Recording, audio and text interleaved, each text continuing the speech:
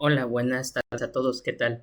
Mi nombre es Enrique Urías, soy licenciado en Contaduría Pública y docente en Contabilidad, Impuestos, Matemáticas y Finanzas, ejerciendo ya desde hace aproximadamente 9 años. El día de hoy les voy a brindar una clase de muestra de un tema en materia fiscal dirigido a Fisconta para que analicen la manera en la que imparto clases.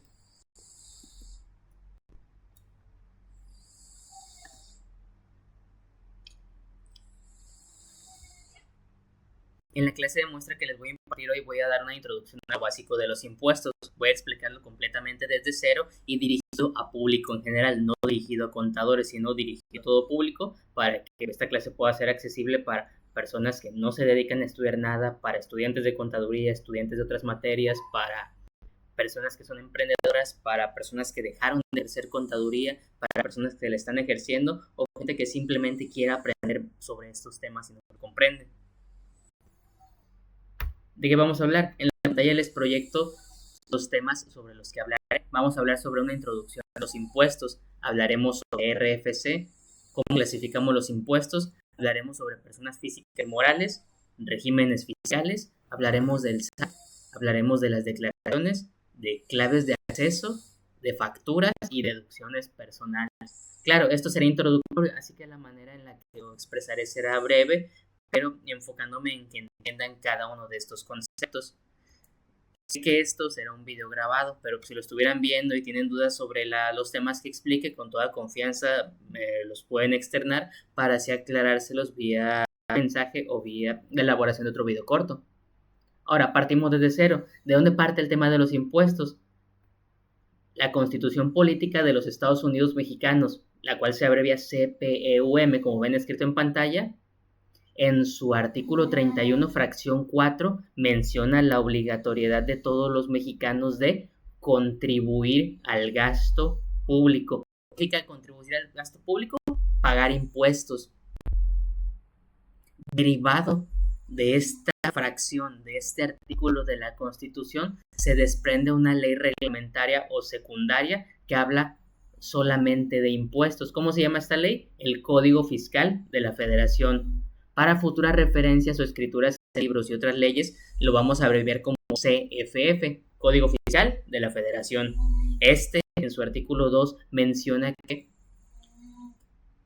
estamos obligados a contribuir al gasto público, dice la Constitución, así que el artículo 2 menciona un concepto denominado contribuciones, que técnicamente se entiende como pagos que hace el ciudadano al gobierno, y estos están clasificados. Algunos de ellos son los que ven en pantalla: aprovechamientos, productos, derechos. Este tipo de pagos son pagos que nosotros hacemos al gobierno por servicios ya sean públicos o privados que éste nos brinde.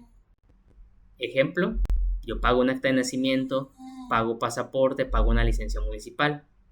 Existen otro tipo de pagos como contribuciones de mejora. Cuando yo vivo en una isla y de repente el gobierno crea un impuesto que va a poner un puente de mi isla que conecte con el municipio para no irme nadando. Eso es un ejemplo hipotético, claro. Existen aportaciones de seguridad social, los pagos que se hacen al IMSS, al Infonavit, al Afore, al Fobiste, al ISSSTE, al IPEJAL, entre otros. Y los que van a ser materia de esta capacitación express son los principales, los impuestos, que es el pago de una contribución donde existe una situación conforme a las leyes, ya sea un acto, una actividad, la percepción de un ingreso en específico que me obliga a mí como persona o como empresa a tener que obligadamente hacer un pago. Esto es a lo que se le denomina impuestos. En el concepto del Código Fiscal de la Federación viene un poco más rebuscado, pero esta es una explicación un poco más sencilla. Ahora, de conformidad con leyes, hay una Constitución Política de los Estados Unidos Mexicanos. De esta se desprende un Código Fiscal de la Federación, el cual habla generalidades de el RFC, las devoluciones, las declaraciones, qué pasa si no pago o calculo o declaro mis impuestos, las consecuencias, lo relacionado a contabilidad electrónica, pero aquí generaliza, no nombra ningún impuesto en específico. Para cada impuesto en específico, los legisladores crearon una ley para cada uno. Impuestos sobre las ganancias, crearon una ley del impuesto sobre la renta. Aquí viene su abreviatura, LISR. impuestos indirectos que cubre el consumidor final, se crearon una ley del impuesto al valor agregado para el IVA y una ley del impuesto especial sobre producción y servicios para el IEPS, o sea, el impuesto a lo dañino, alcohol, comida chatarra, tabaco, gasolina, apuestas y actualmente videojuegos violentos. Ahora, vamos a hablar un poco sobre personalidad jurídica. Ahora, cambiando un poco de ley, el Código Civil Federal, abreviado CCF, hay un Código Civil para cada estado de la República, ojo, pero aquí nos vamos a enfocar en el federal. Menciona que las personas se clasifican en dos tipos. Las personas tienen derechos desde que nacen y obligaciones cuando cumplen la mayoría de edad o cuando adquieren actividades económicas. La ley los cataloga en dos: personas físicas y personas morales. Artículos 22 al 24 del Código Civil Federal. Personas individuales con nombre y apellido, domicilio y demás, desde que nacen adquieren derechos, obligaciones cuando llegan a la mayoría de edad. Estos individuos únicos se denominan personas físicas, que somos cada uno de nosotros. A su vez, artículos 28 al 25, al 28 del Código Civil Federal menciona que cuando estas personas físicas o individuos se agrupan con un objetivo en común, a esta agrupación, la cual puede ser un organismo gubernamental, una empresa, una sociedad, una asociación, un ente, una corporación, una empresa, a este se le va a denominar persona moral. Ahora, debido a que existe una gran variedad de personas físicas y morales que se dedican a actividades muy semejantes entre sí, el SAT en su ley del impuesto sobre la renta los cataloga en grupos. ¿Saben qué? Las personas que hacen este tipo de actividad los vamos a catalogar en un grupo. Quienes hacen este otro tipo de actividad los catalogaremos en otro grupo. Cada uno de estos grupos, el cual engloba derechos y obligaciones, es a lo que el SAT en su ley del ISR denomina regímenes fiscales. Y hay grupos o regímenes fiscales para personas físicas y para personas morales. Aquí en pantalla les puse una clasificación breve sobre las personas morales, que son las asociaciones, sociedades, empresas u organismos o entes. Grupos de personas físicas donde el nuevo ente va como si fuera una persona. ¿Qué tipo de grupos hay? Aquí puse los 6 más esenciales, claro, hay otros más. Cuando yo creo una empresa con el objetivo de generar ganancias, la mayoría de estas entran en un grupo llamado régimen general de ley de personas morales, que es lo que ven en el renglón 1. ¿Quiénes son? Las sociedades mercantiles en general, las sociedades anónimas, las de responsabilidad limitada, las sociedades podría ser también por acciones simplificadas, en su defecto, aquellas que se forman por socios que buscan obtener una ganancia, que es técnicamente casi cualquier tipo de sociedad. Las excepciones son los otros renglones que ven en pantalla del 2 al 6. Objetivo principal de las del renglón 1, generar ganancias para pagarle a los dueños, porque por eso ahorran y por eso invierten y crean una empresa. Ahora, cuando esta empresa no busca fines lucrativos, o sea, busca ayudar a la sociedad solamente, hablamos de personas morales no lucrativas o sin fines de lucro. Las sociedades civiles, las asociaciones civiles, las iglesias, los organismos de gobierno. Ellos sí necesitan dinero para funcionar, pero no se crean para generar ganancias. Normalmente este tipo de negocios, todo el ingreso que adquieren en el año lo suelen gastar y se quedan sin ganancias, porque el objetivo es, si van a apoyar a la sociedad, si van a apoyar a animales de la calle, si van a apoyar a personas con enfermedades, adicciones, si van a hacer actividades educativas, culturales o recreativas, si van a recibir donaciones, entonces el dinero que ellos juntan no lo juntan para pagárselo a sus asociados como una ganancia, sino para usarlo dentro del negocio y por ende quedan a tablas. Habitualmente al quedar a tablas y no haber una ganancia suelen no pagar impuestos. Pero ojo, este tipo de sociedades, para poder pedir donaciones, tema que luego podemos platicar más adelante, requieren un permiso del SAT. Si el SAT les da permiso, el ingreso que perciben se vuelve libre de impuestos. Si no tienen este permiso, todo el ingreso que perciben lleva impuestos, al igual que una persona moral ordinaria del renglón 1. Ahora, existen otros regímenes fiscales de personas morales. Renglón 3, régimen simplificado de confianza para personas morales. Las personas morales, sus impuestos los pagan cuando perfeccionan su venta. ¿Qué significa esto? Yo me dedico a vender juguetes. Yo puedo vender de contado y a crédito. En el momento que yo le entrego la factura a mi cliente junto con sus juguetes, en ese momento el SAT nota que ya realicé la venta. Al SAT no le importa si yo como persona moral ya le cobré a mi cliente o si le di crédito. Por el simple hecho de que ya expedí factura o entregué la mercancía, el SAT ya me cobra el ISR. A este razonamiento lo llamamos cálculo de ISR mediante devengación o flujo de actividades. Conforme vendo, el SAT me cobra. No importa el SAT si cobre o no. El régimen simplificado de confianza tiene una particularidad. El cálculo de sus impuestos es en base a flujo de efectivo. Renglón 3, régimen simplificado de confianza reciclo, sus impuestos son hasta cobro. Si yo vendo juguetes y no me pagan, en el reciclo pago impuestos. Pago impuestos hasta que el cliente el mes que viene pague esta venta que realicé. Ahora, renglón 4, régimen de coordinados, aplica para que el autotransporte. Yo tengo mi trailer, manejo en carretera, traslado mercancía, entonces a mí me dan ciertas facilidades por trabajar así en carretera. Aquí entran las personas morales en régimen de los coordinados. Ahora, en renglón 5, si hago actividad primaria, agricultura, ganadería, pesca, silvicultura, esta actividad primaria se denomina en el régimen de agapes, o tal cual, nombre completo, actividades agrícolas, ganaderas, silvícolas y pesqueras. Si yo tengo múltiples empresas y resulta que estas múltiples empresas, los dueños son los mismos, al menos en un 80%, hablamos del régimen opcional para grupos de sociedades. Un ejemplo de ello, si ustedes han ido a comprar al súper, a Walmart, ya sea que hayan ido por ejemplo, en una situación de decir, pues hoy traigo mucho dinero, vamos a Sam's. En una situación de decir, ok, no traigo tanto dinero, vamos a Walmart. O en una situación de decir, ¿saben qué? Pues no traigo nada de dinero, vamos a Bodega Aurrera. En los tres ejemplos, los tres supermercados van a notar que cuando les imprimen su ticket, la persona moral que viene en el ticket se llama Grupo Nueva Walmart de México, Sociedad de Responsabilidad Limitada. ¿Qué significa esto? Los tres figuran en el régimen opcional para grupos de sociedades, son parte del mismo agrupado.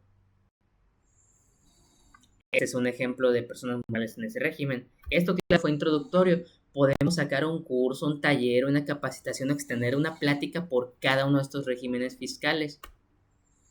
Personas físicas,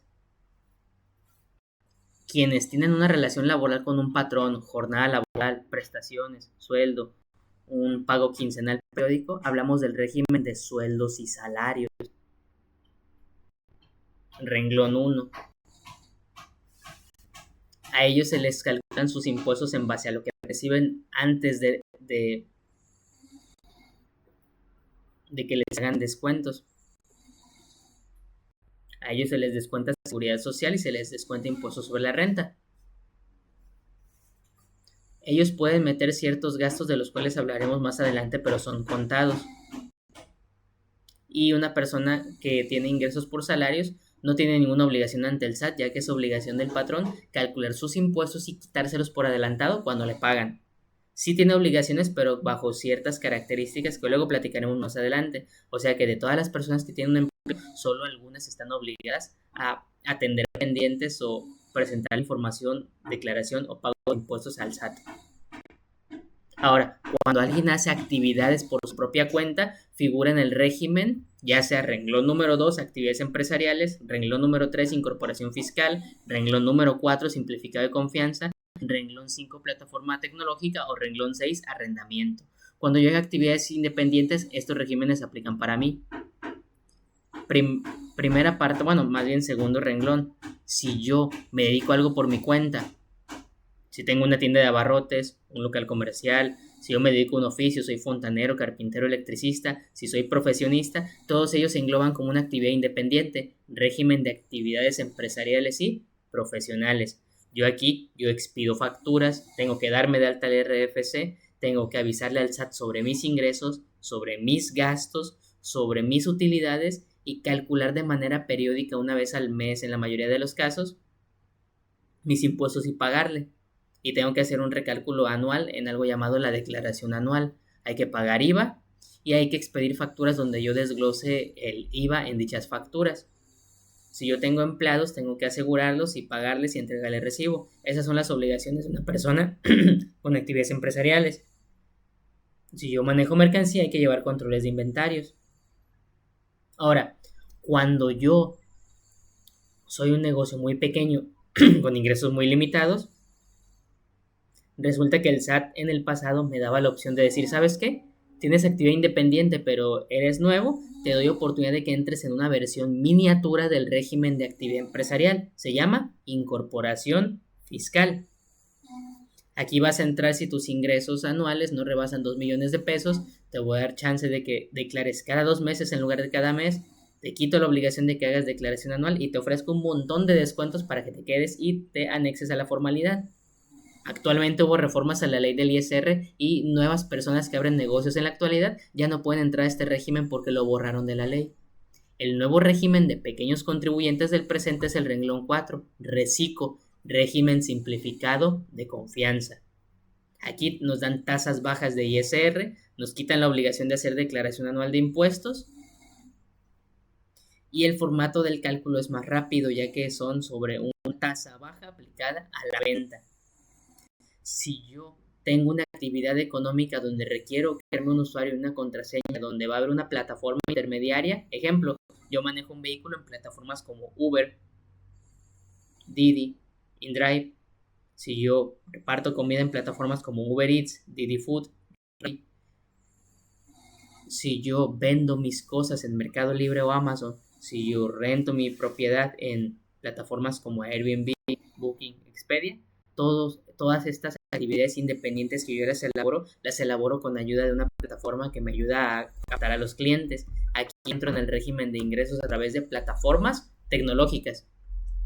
A su vez está el régimen de arrendamiento. Si yo tengo una casa y un local y lo pongo en alquiler. Si yo invierto en boletes, en una sociedad financiera popular o en algo que me dé rendimientos anuales, mensuales, diarios, semanales, entramos en el régimen de intereses. Si yo me dedico a vender mi inmueble, si yo adquiero algún bien, si yo enajeno criptomonedas, entramos en los regímenes de enajenación o adquisición de bienes. Si yo soy socio de una persona moral y me pagan mis ganancias, entro en el régimen de dividendos. Si recibo otra clase de ingresos extraños como regalías o pago de derechos, entro en el régimen de otros ingresos. Cada uno de estos renglones tiene diferentes derechos y obligaciones y diferente fórmula en sus cálculos de impuestos y cada tema se puede ampliar para una charla, curso, plática o conferencia.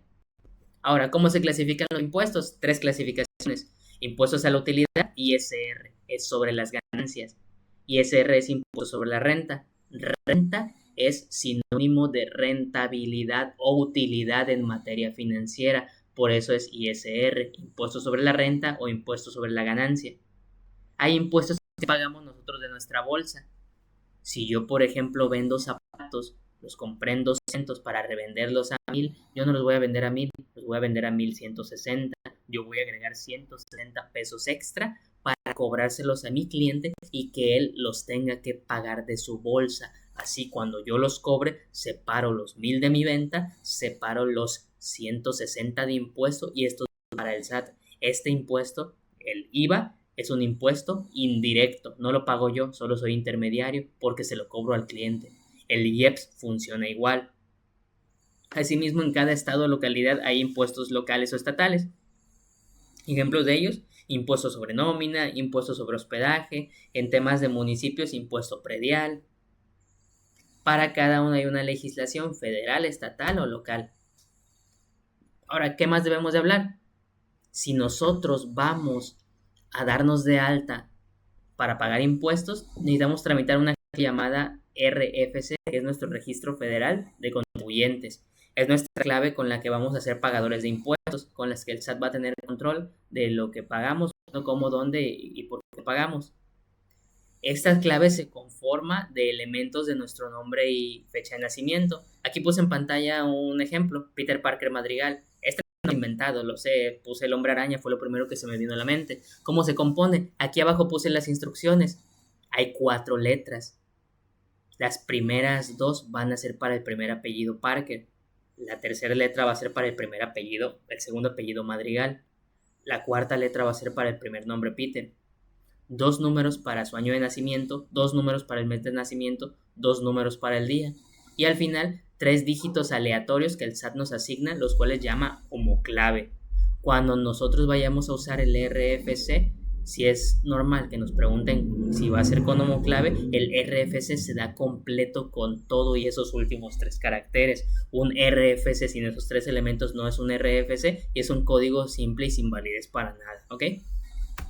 Ya casi terminamos. Ahora, ¿quién se encarga de regular todo esto? La Secretaría de Hacienda y Crédito Público, que se abrevia SHCP, se encarga de facultar a un organismo independiente llamado el Servicio de Administración Tributaria, que comúnmente conocemos como SAT, que es el que se encarga de la recaudación de los impuestos en México.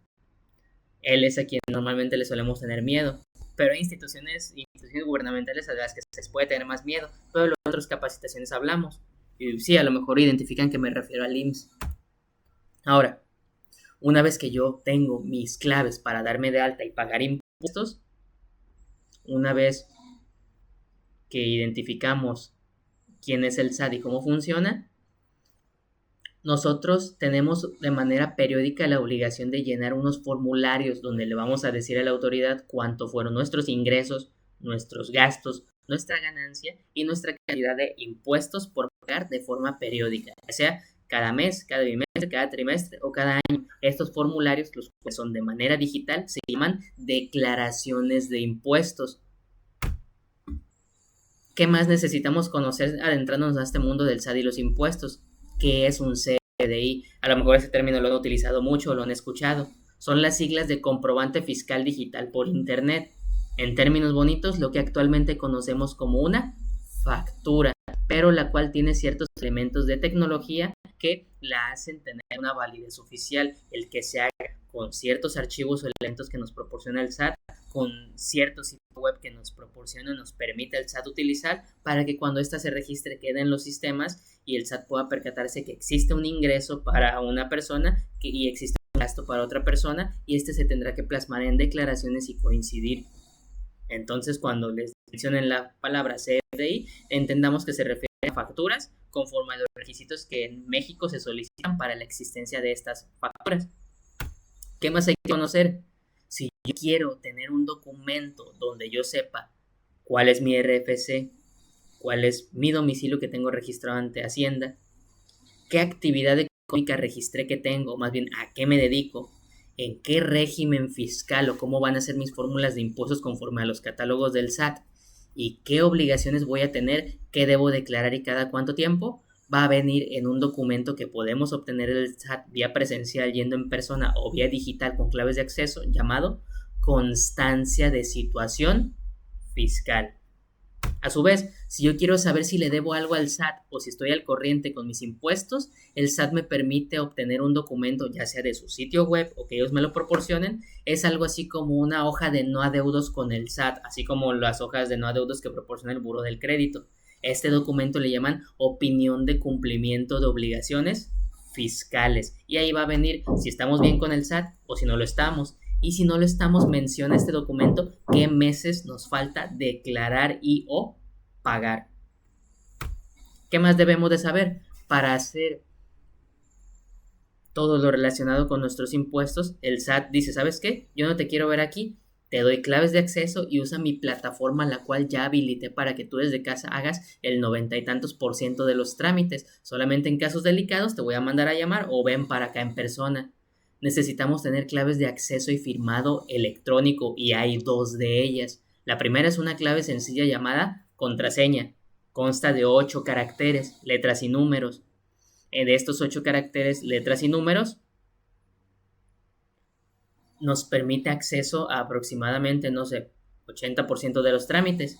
Podemos descargar nuestra constancia de situación fiscal, o sea, la hoja donde vienen nuestros datos del SAT.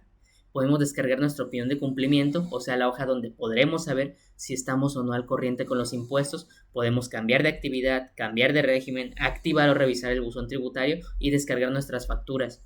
No crear, solamente descargarlas ya hechas. Pero estamos limitados. Hay trámites que no podemos hacer y para ello se requieren ciertos archivos llamados e-firma. Sacamos una cita en el SAT, vamos en persona, llevamos documentos, nos van a escanear los dedos, nos van a escanear los ojos, nos van a tomar una fotografía y nos van a pedir que firmemos con un bolígrafo digital. Esta información la van a encriptar y la van a poner en unos archivos que nos van a poner en una USB que llevemos y nos la van a entregar la USB. Estos archivos es a lo que se le conoce como e-firma. Antes se le llamaba fiel o firma electrónica, hoy se llama e-firma. Consta de 3 elementos y son claves de acceso más seguras que la contraseña que les menciono aquí en la parte de arriba.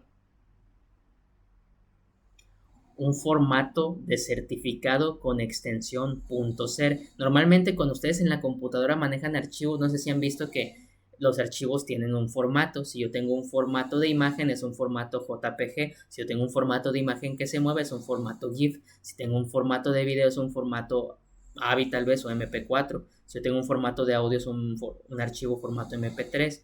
Cada archivo, un Excel, un Word, una imagen, una foto, un audio, una animación, tienen una extensión, un formato. Los archivos de la firma también lo tienen. Un certificado es un archivo en formato .ser. Una llave de mi firma electrónica es un archivo en formato .key, o sea, llave en inglés. Y la clave privada con la que yo voy a teclear y acceder se va a usar para acceder una vez que yo suba estos dos archivos al portal. Esta normalmente el SAT, como desconfía y sabe que se me va a olvidar, me lo guarda en un bloc de notas y me lo pone en la USB. Con estos archivos, yo además de tener acceso a hacer los trámites que mencioné arriba con la contraseña, también tenemos acceso a hacer facturas, hacer nóminas, pedir impuestos a favor de años pasados, cambiar nuestro domicilio, crear la contraseña sencilla cuando la olvidemos y hacer trámites ante el Infonavit, el IMSS, el Afore y la SEP. Y ahora como último dato, que esto es cultura general para todos. Existen ciertos gastos que el SAT nos da permiso de meter, aunque no sean gastos del negocio o aunque no tengamos negocio, siempre y cuando tengamos la capacidad u obligación de hacer declaración anual de los impuestos.